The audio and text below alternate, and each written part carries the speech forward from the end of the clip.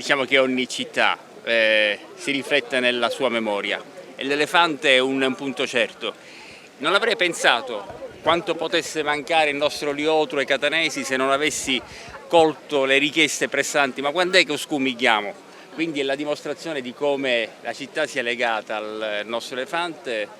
che rappresenta tutto, rappresenta da dove veniamo, rappresenta soprattutto chi siamo, la forza e la nostra resilienza rispetto agli eventi calamitosi, rispetto agli eventi voluti da terzi, rispetto a tutto quanto ciò che in passato è stato contro Catania, che lo ricordo perché mi fa piacere ricordare, è l'unica città al mondo che annovera un arco di trionfo dedicato a una vittoria sugli eventi naturali, perché la nostra Porta Ferdinandea, la cosiddetta Porta del Fortino,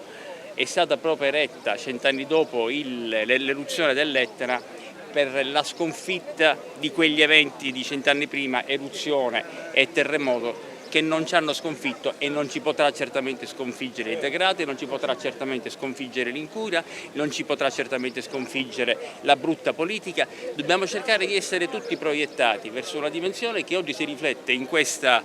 restaurazione, in questa straordinaria opera di restauro conservativo che è stata compiuta con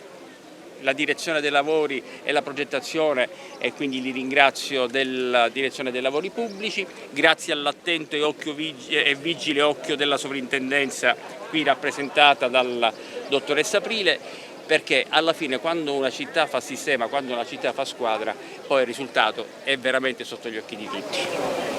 Bene, quindi abbiamo dato voce all'elefante, perché quello che si sente in giro è quando è, come ho detto prima, che ritorna l'elefante, ritorna come città, ritorna come simbolo di Catania. Catania c'è sempre stata, nel senso che comunque Catania è anche più forte dell'elefante cummigliato, ma in ogni caso ha bisogno anche delle sovranità dei simboli, e quindi avevamo bisogno che fosse disvelato rispetto ai cittadini, e la presenza massiccia qui, nonostante questo caldo torrido, dimostra quanto legame ci sia fra il nostro simbolo e la nostra città.